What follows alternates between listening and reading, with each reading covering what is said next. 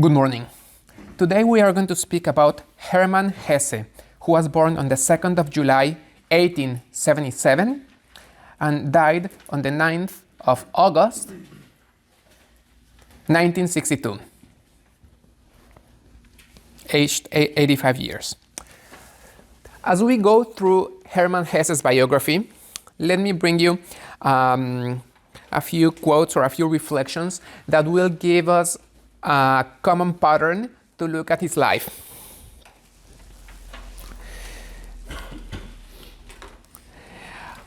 According to a thesis I read, published in the Eastern Illinois University, 1974, much of philosophy is simply a grasping of meaning beyond the apparent chaos of life. This is Hermann Hesse's attempt, and in his autobiographic writings, page 53, he writes, "I had no less a task than to carry through to the end my scrutiny of chaos.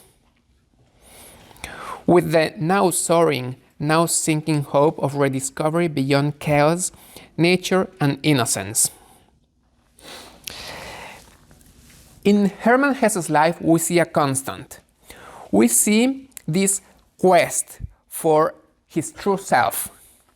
And that is what he motivates the reader to do. There's a true self that is hidden, even to ourselves. It's hidden within our bodies, it's hidden within our minds, and we have to explore our interior to find out who we truly are.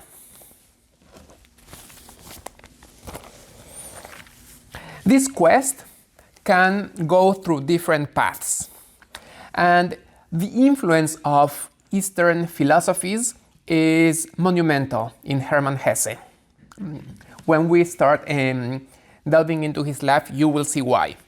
But for now, let us just state that the influence of Eastern philosophies is very significant in Hermann Hesse's life.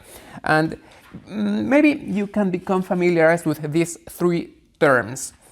Jnana, which means knowledge, karma, which means service, and bhakti, which means love. These are the three main ways to the discovery of self. We encounter our own selves through these paths. This doesn't mean these three are the only paths. There are multiple paths. Of these, the most excellent, the most expedite, is that of bhakti, love. But again, it's not the only one. In addition, of course, there's a significant overlap, and they can converge. And in different stages of our lives, we can emphasize one more than the others. But overall, these are the three main paths. And Hermann Hesse explores these paths and how they intertwine or how one transitions into the other, and so on. So pay attention to these themes when you approach Hermann Hesse's life and when you approach Hermann Hesse's writings. He's always presenting characters who are in a quest. They are in the quest of their true selves. However, they attempt various paths. And sometimes they transition from one path to another. And that's a constant in Hermann Hesse's life. Almost all of his characters are in a perpetual quest. They rarely come to a final enlightenment. Maybe the only exception is Siddhartha himself. Siddhartha, after traveling and exploring various paths, comes to that ultimate illumination. But leaving Siddhartha aside, all of his characters, Peter Casmind, Narcissus and Goldmund, the Steppenwolf, even Govinda, are always in a quest. So that's an important trademark of Hermann Hesse. Let's start delving into his life. He was born in Kalw in Württemberg. Back then, it was the German Empire, the Schwarzwald, the Black Forest. That's the region, okay? The city or the town was called Kalw, C-A-L-V. C-A-L-W. Nevertheless, his father was from Estonia. Back then, in 1877, was Estonia an independent nation? No, it was part of the Russian Empire, which made Hermann Hesse to a significant extent Russian. And his mother, I was going to say was from India. Well, she was born in India to German missionaries. So Hermann Hesse's grandparents were missionaries. His grandfather from his mother's side was a scholar, a philologist, and a philosopher. He, as a philologist, you know, the study of language, he specialized in Indian dialects and languages. And he made a significant contribution to the translation of the Bible into Malayalam. You know that India's main language is English, but apart from that, there are like 420 million speakers of different dialects. One of those dialects is Malayalam, and Hermann Hesse's grandfather made a significant contribution to translating the Bible into that language. Of course, he received a lot of influence from his grandfather, who moved and fostered in him a love for reading, for knowledge, for learning, for music, and for painting. By the way, Hermann Hesse was also a quite talented painter. Of course, he's remembered for his great novels, but that doesn't take away from the fact that he was also quite accomplished painter. When he was 4, in 1881, he moved to Basel in Switzerland.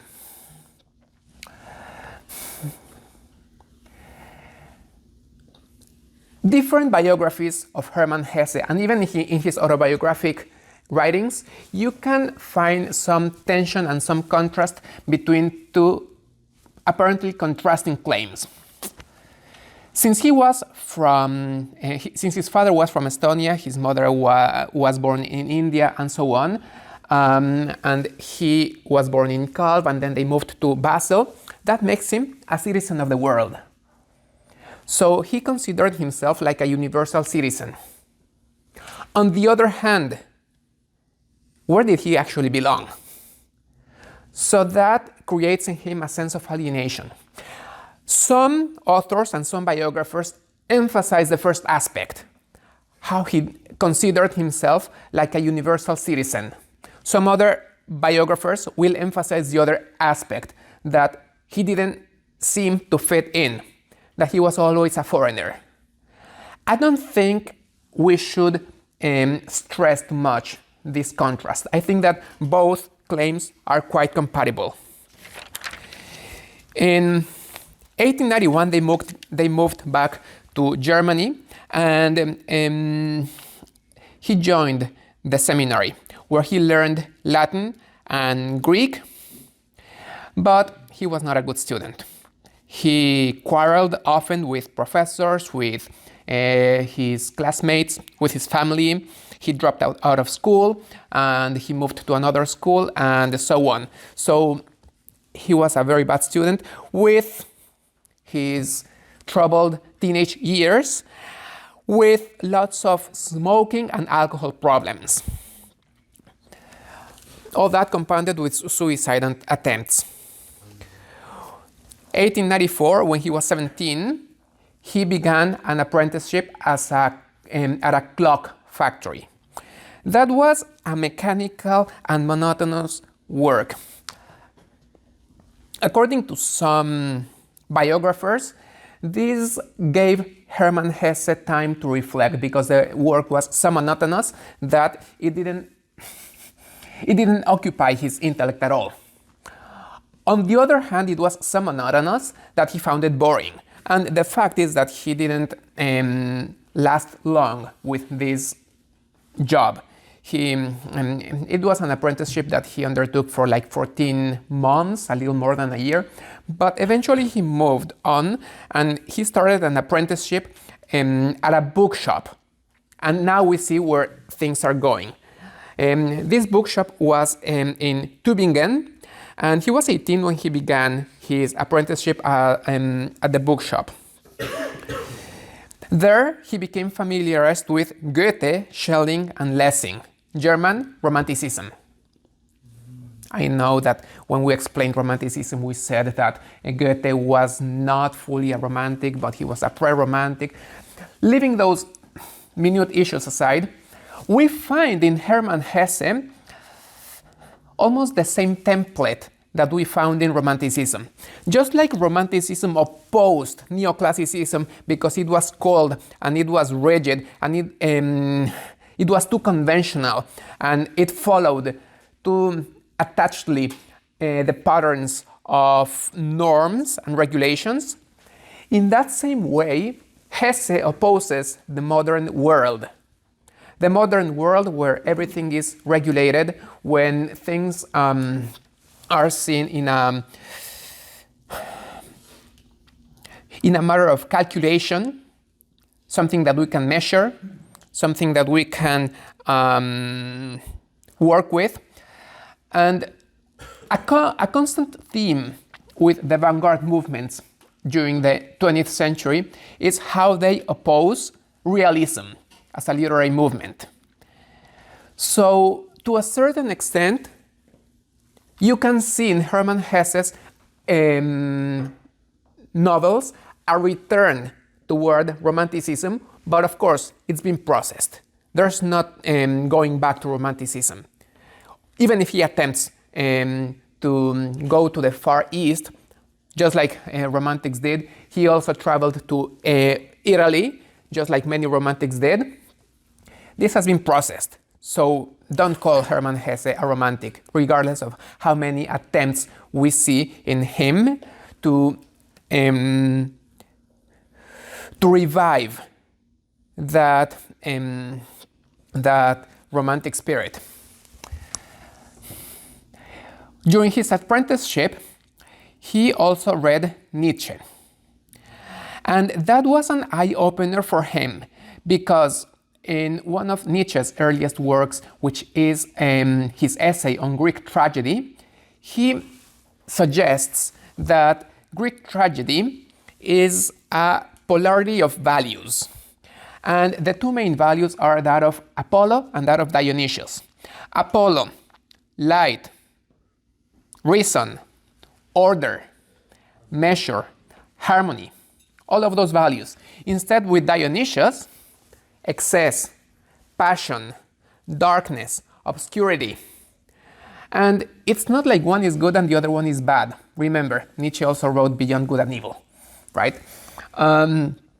So these two values are in contrast, in opposition. And that was also that also marked profoundly Hermann Hesse's understanding of life. He envisioned life like this constant tension, like this polarity between what we can grasp with our knowledge and our reason, and what we can grasp with our passion and our emotion.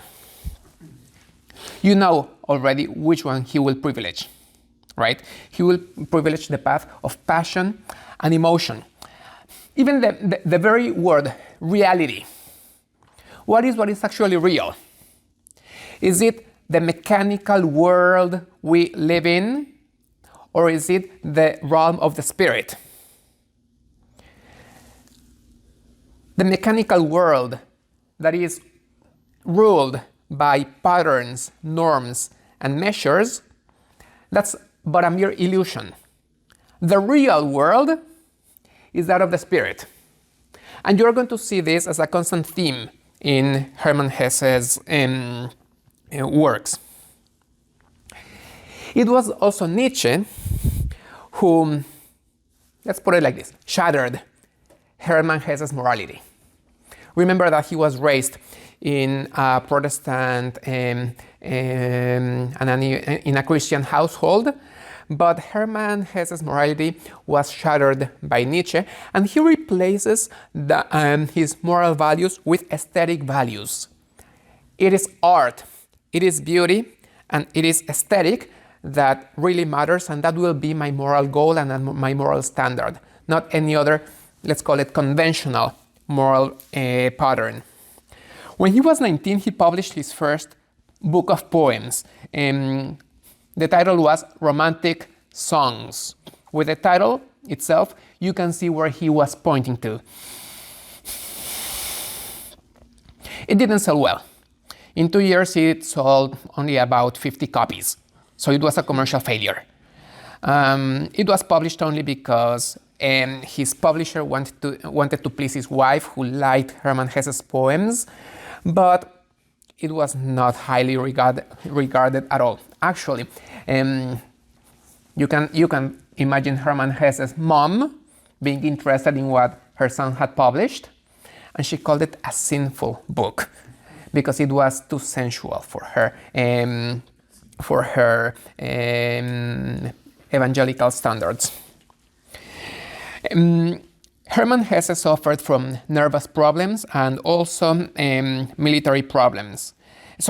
Eye problems which prevented him from joining the military service. 1901, as I already mentioned, he traveled to Italy, following the path of the Romantics who had preceded him. 1902, his mother died. He didn't attend her funeral. That same year, he published his first great novel, which is Peter Kamesind. Peter Kamesind. That was a success. That was a well-received novel, and no less than Sigmund Freud, who was a well-established intellectual in the time, praised that novel, because it explores the realms of the unconscious and the subconscious. And of course, Sigmund Freud read it read it from his psychoanalytical approach, and this was a well-received novel. Some suggest that it is also a novel that influenced Franz Kafka.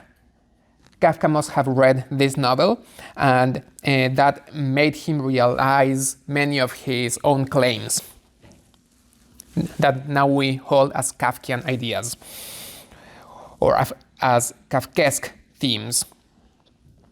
With this literary success, he was a well-established novelist, and he dedicated himself full-time to writing. With his financial stability, he got married with Maria Bernoulli in 1904, and they had 3 children.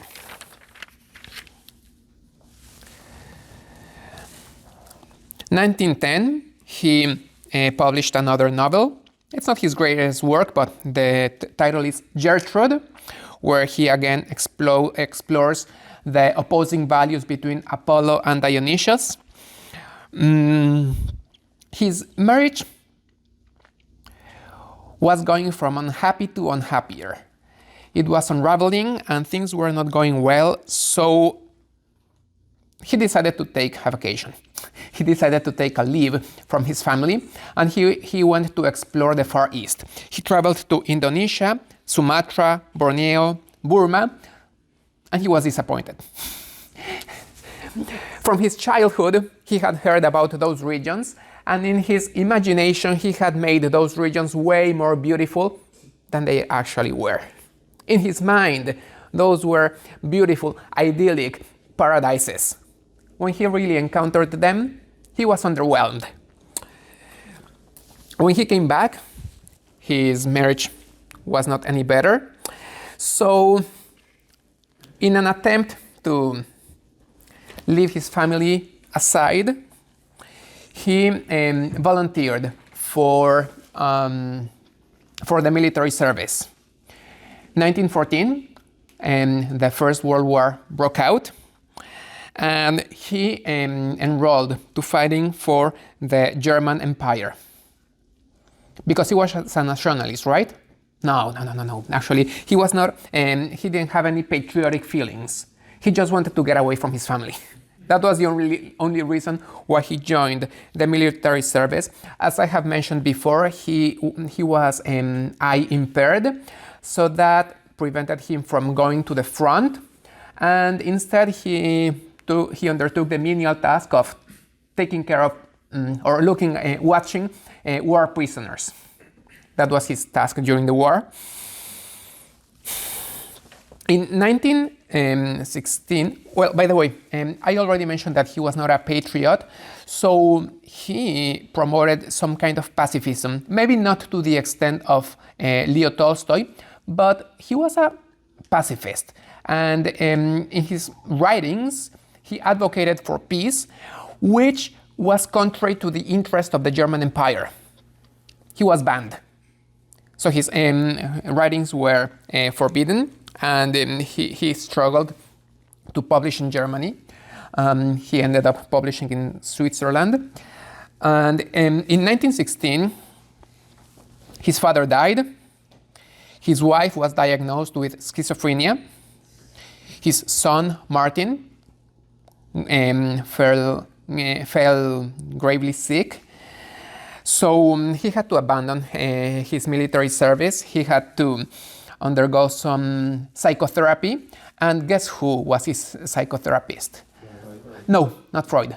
A disciple of Freud, Carl Gustav Jung, in person. And they became very good friends. And you can see that in Hermann Hesse's novels, especially after 1916, he explores many Jungian archetypes and many Jungian themes. So they corresponded and they became great friends. And for example, in his novel Damien, Hermann Hesse explores the tension between the world we live in, which is a mere illusion, and the real world, which is that of the spirit. Since things with his family didn't get better, actually they get worse, guess what he did? He abandoned them for good. He never came back, and he settled in a castle/house where he was happy, and he dedicated himself to painting. He remembers those years as happy years, and it is then when he wrote his great novel, Siddhartha. 1923, he got his Swiss citizenship, and in 1924, he remarried. He married a singer whose name was Ruth Wenger. It didn't last. It was a very unstable marriage. They were two, let's call it, free spirits. She was a singer, she was an artist, so was he. So they would not cling to any convention, and they didn't get along well at all. In addition, she had too many pets, so that disturbed Hermann Hesse. She had too many pet animals, and that disturbed Hermann Hesse. So the marriage lasted only 3 years, and after they separated, in 1927, Hermann Hesse published Steppenwolf, maybe his most famous novel, second only to Siddhartha.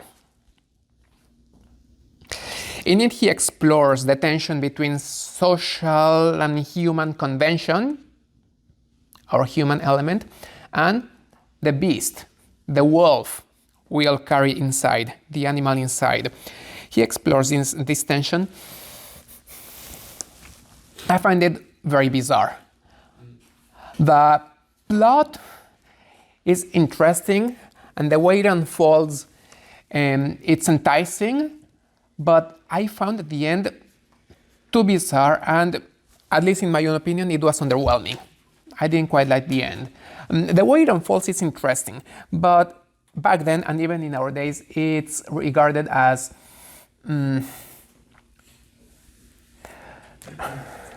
there are too many elements of sexuality, and there are too many elements of drug use. So it was a very controversial novel in its time, and it's still a controversial novel in our times. In 1930, he published Narcissus and Goldmoon. It's set in medieval Germany, and again, his two main characters, Narcissus and Goldmoon, are two characters who are in a quest, both of them. They are in search of enlightenment. They are looking for illumination.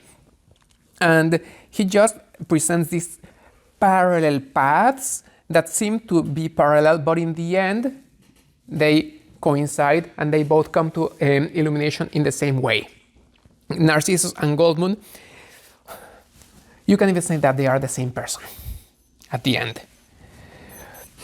So they are stating that there are various ways to God and various ways to truth. And by the way, when we speak about God, there are also various ways of understanding Him. This reminds me of a quote of Siddhartha, that for every statement, the opposite statement is also true. So that speaks only about the multiplicity of sides and understandings that surround his understanding of truth. 1931, he remarried for the third time, and well, finally this was a happy marriage. And he also published his novel Journey to the East. Journey to the East, where he brings in great characters like Plato or Mozart, and he attaches to them some quest and that they encountered as they traveled to the East. 1930, of course, it's fiction. As far as I know, Mozart never traveled to the East, but he claims that all these great geniuses of the West received their enlightenment and they received their inspiration from the East. 1933, Hitler rises to power. Hermann Hesse's wife was a Jewish woman, so that raised concerns. Hesse criticized the regime, so he was cancelled and he was banned in Nazi Germany. It's remarkable also that living in Switzerland, Hermann Hesse aided two great writers to escape Nazi Germany. One of them was Bertolt Brecht, and the other one was Thomas Mann. 1943, he published The Glass Bead Game, which, as I mentioned, was not published in Germany, but that novel awarded him with the Nobel Prize. In 1946. That's his last novel. Not because he didn't live after that. He had at least almost 20 more years to live, but maybe he felt like he had reached his highest peak. So after that, he didn't write any more novels. He did write essays, short stories, and dedicated quite a significant amount of time to answering the thousands of letters he received from all over the world, because he was widely read. Then his popularity declined and he died in 1962. But his popularity would rise soon after that. Why? 1968. Exactly. So the hippie movement and that quest for enlightenment and be true to yourself and look for your interior self and the rejection of all authority, all those tenets that Hermann Hesse explores in various ways became popular again in the late 60s. That's why Hermann Hesse was widely read in that time. So this is an introduction to the life of Hermann Hesse, and I hope you can also see how his life embodies many of the elements that he represents in his novels too. So above all, you can see in Hermann Hesse a quest. Okay? Yes? What was the title of the book that gave him the Nobel Prize, and which was the year that he won? Glass Bead Game. The Glass Bead Game is the book that he published in 1943, and it gave him his Nobel Prize in 1946. Okay? So I hope this introduction helps you to better understand the works of Hermann Hesse. Thank you.